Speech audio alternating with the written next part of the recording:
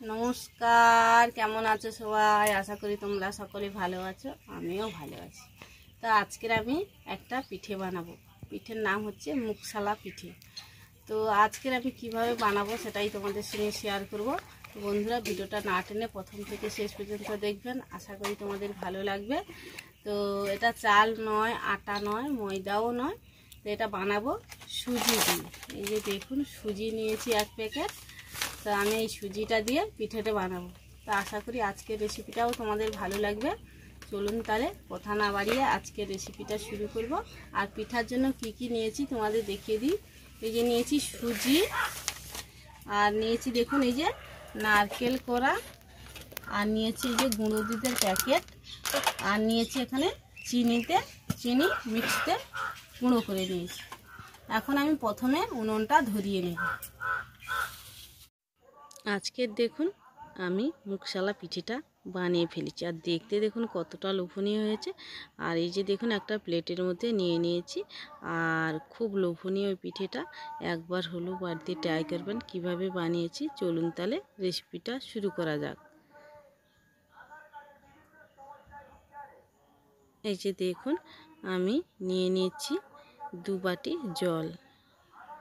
1 বাটি দিয়ে দিলাম, আরও 1 বাটি আমি দিয়ে দিচ্ছি। এই যে দেখুন, আর আমি এখানে 2 বাটি মেপে জল দিয়েছি। মাটিটা মাপ করে জল দিলে তাহলে পিঠেটা করতে সুবিধা হবে। এই যে দেখুন দিয়ে দিচ্ছি স্বাদ মতন লবণটা দিয়ে এটাকে আমি জলটাকে একটু ফুটিয়ে নেব। জলটা ফুটতে শুরু করলে তারপরে আমি সুজিটা দিয়ে দেবো। এই যে দেখুন জলটা ফুটতে শুরু করেছে। এবার এখানে আমি 1 বাটি সুজি নিয়েছি। 1 বাটি সুজির জন্য এখানে 2 বাটি জল দিতে হবে। এই যে দেখুন নেড়ে চেড়ে আমি একটা ডো তৈরি করে নিয়েছি। এবার এটাকে নামিয়ে নেব। এই যে দেখুন এইভাবে নেড়ে চেড়ে এইভাবে ডোটা হয়ে গেলে তারপরে নামিয়ে নিতে হবে। এই যে দেখুন নামিয়ে নিয়েছি। এবার ঠান্ডা হয়ে গেলে এটাকে ভালো করে মাখিয়ে নেব। এই যে দেখুন ঠান্ডা হয়ে গেছে। এবার হাত দিয়ে ভালো করে এইভাবে ঠেসে ভালো করে মাখিয়ে নেব। এইভাবে সুন্দর করে কিন্তু প্রথমে মাখিয়ে নিতে হবে। এই যে দেখুন আমি মাখিয়ে নিয়েছি, আর এটাকে আমি ঢাকনা চেপে রেখে দেব একটু সময়। তারপর এই যে দেখুন আমি এখানে যে নারকেল কোড়া নিয়েছি, এবার দিয়ে দিলাম কিছুটা চিনির গুঁড়োটা এখানে দিলে খুব সুন্দর হয়। এখানে গোটা চিনির থেকে গুঁড়ো চিনিটা দিলে খুবই ভালো হয়। তাই যে দেখুন, আর দিয়ে দিচ্ছি যে 1 প্যাকেট গুঁড়ো দুধ নিয়েছি, সেই গুঁড়ো দুধটা এই যে দেখুন আমি দিয়ে দিলাম। এবার এটাকে ভালো করে সুন্দর করে মাখিয়ে নিতে হবে। আর এখানে গুঁড়ো চিনি ব্যবহার করলে কিন্তু পুরটা খুব সুন্দর হয়। তার জন্য আমি গুঁড়ো চিনিটা দিয়ে ভালো করে এই যে দেখুন মাখিয়ে নিয়েছি। এবার কিছুটা ময়দা গুঁড়ি নিয়েছি। এবার এই যে দেখুন সুজির ডোটা নিয়েছি, এটাকে ভালো করে একটু মোটা করে বেলে নেব। এইভাবে সুন্দর করে বেলে নিতে হবে। চারিদিকটা ফেটে গেলে কোনো অসুবিধা নেই। এই যে দেখুন আমি বেলে নিয়েছি, আর চারিদিকটা ফেটে গেলেও কোনো সমস্যা নেই। এখন একটা গ্লাস নিয়েছি, এই গ্লাসটা দিয়ে সুন্দর করে কিন্তু আমি পিঠের এই যে দেখুন শেপটা দিয়ে নিচ্ছি। এইভাবে একইভাবে তৈরি করলে পিঠেগুলো একই সমানই হয়। এই যে দেখুন আমি কেটে নিচ্ছি। এইভাবে সুন্দর করে একটার পর একটা কেটে নিতে হবে। এই যে দেখুন আমি কেটে নিয়েছি, আর এগুলোকে তুলে নেব। আর এগুলোকে আমি একইভাবে আমি আবারও তৈরি করে নেব। এই যে দেখুন কত সুন্দর হয়েছে, একই মাপ হয়েছে। মোটাটা দেখেই বুঝতে পারছো। এই যে দেখুন হাত দিয়ে তুলছি, তোমরা বুঝতেই পারছো মোটাটা এইভাবে রাখতে হবে। তো একইভাবে এটাকেও আমি তৈরি করে নেব। এই যে দেখুন সবগুলো আমি তৈরি করে নিয়েছি। এবার পিঠেগুলো আমি বানাচ্ছি। এই যে দেখুন অল্প কিছুটা পুর দিয়ে দিলাম। এবার এটাকে হাত দিয়ে সুন্দর করে এইভাবে এই যে দেখুন মুড়ে নিচ্ছি। এইভাবে সুন্দর করে মুড়ে নিতে হবে প্রথমে। এই যে দেখুন মুড়িয়ে নিচ্ছে এইভাবে, চারিদিকটা প্রথমে মুড়ে দিতে হবে।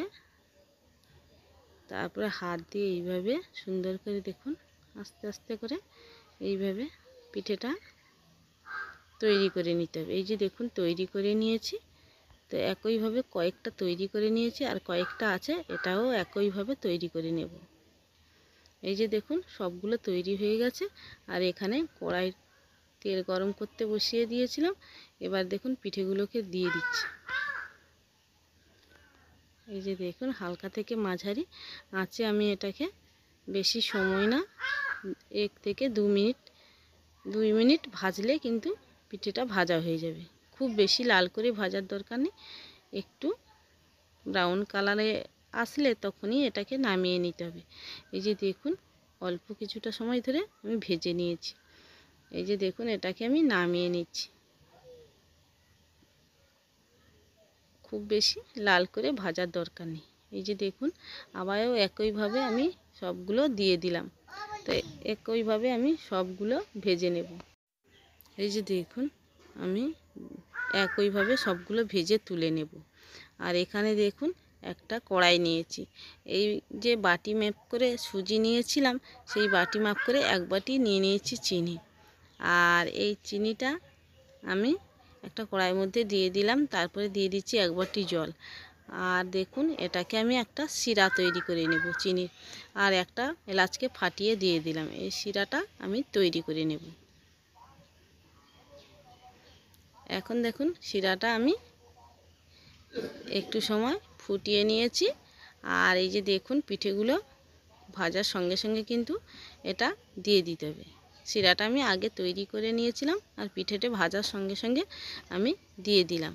এই যে দেখুন দিয়ে শিরার মধ্যে দিয়ে এটাকে একবার উল্টে নেব।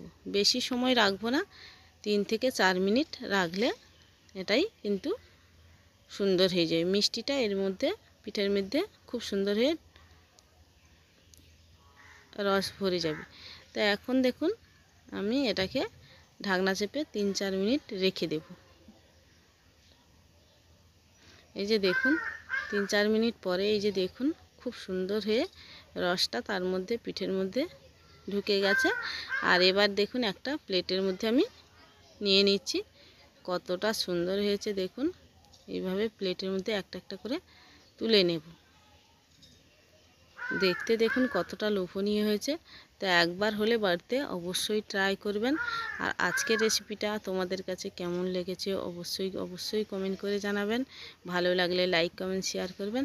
এই যে দেখুন একটা আমি তোমাদের কেটে দেখিয়ে দিচ্ছি কতটা সুন্দর হয়েছে। তো চলুন তাহলে। আর আজকের রেসিপিটা এই যে দেখুন এখানেই শেষ করছি। ভালো লাগলে লাইক কমেন্ট শেয়ার করবেন। আর বন্ধুরা দেখা হবে আবার অন্য একটি রেসিপির সঙ্গে। এখন আমি মিষ্টি রসটা কিছুটা এই যে দেখুন পিঠার মধ্যে দিয়ে দিচ্ছি। কতটা লোভনীয় হয়েছে।